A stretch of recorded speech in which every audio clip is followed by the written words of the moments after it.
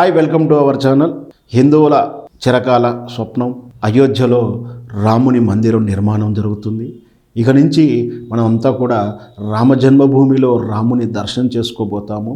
సుమారు 500 సంవత్సరాల నుంచి ఆరాటపడుతూ పోరాటం చేస్తున్నట్టు హిందువులకు చిరకాల స్వప్నం రేపు జనవరి 22వ తారీఖున కళ నెరవేరబోతుంది. ఆ రోజే రామ మందిరం ప్రారంభమవుతుంది.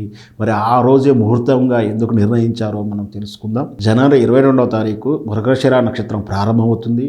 ఆ రోజు ఉదయము అభిజిత్ ముహూర్తంలో రామ మందిరాన్ని ప్రారంభిస్తున్నారు.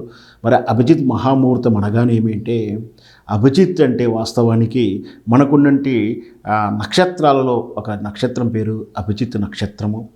ఈ అభిజిత్ నక్షత్రము వాస్తవానికి మనకున్నటువంటి నక్షత్రాలు 27 నక్షత్రాల ప్రకారమే ముహూర్తాలు గడియలు నిర్ణయిస్తాము. 27 తర్వాత 28వ నక్షత్రం అభిజిత్ నక్షత్రం. వాస్తవానికి ఇది కనిపించదు. ఇది నక్షత్రాలలో కనిపించని నక్షత్రము, వెలుగు మాత్రమే ఉంటుంది. నక్షత్రం ఉంది, దీని వెనక పురాణ కథ కూడా ఉంది.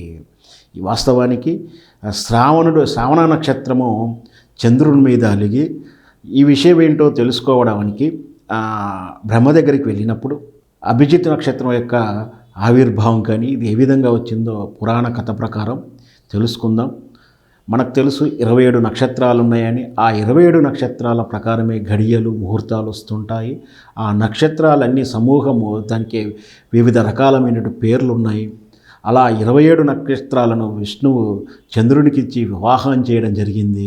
అయితే చంద్రుడు రేవతి నక్షత్రం మీదనే మక్కువ చూపించడంతో శ్రావణ నక్షత్రం కొంచెం అలకపోని ఈ విషయాన్ని తెలుసుకునే నిమిత్తమై విష్ణు మహాదేవుని దగ్గరికి వెళ్ళినప్పుడు తాను వెళుతూ తన నీడను అక్కడ పెట్టేసి విష్ణువు దగ్గరికి వెళ్ళడం, ఆ నీడ, ఆ ఛాయ పేరే అభిజిత్తు.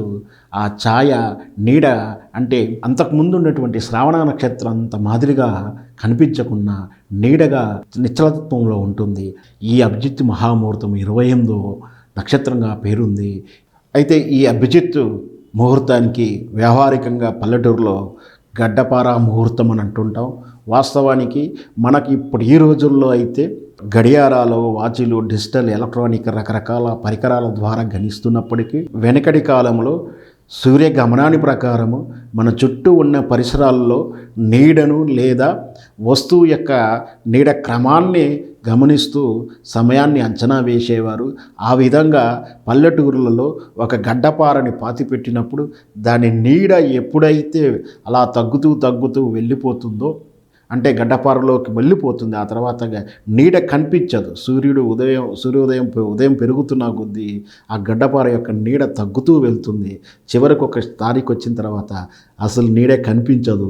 క్రమంగా మళ్ళీ నీడ ఆపోజిట్ సైడ్ ఇలా పెరుగుతూ కనిపిస్తుంది.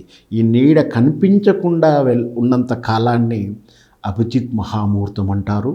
అంటే ఇలా సుమారు ఒక గడియ సేపు ఉంటుందంట.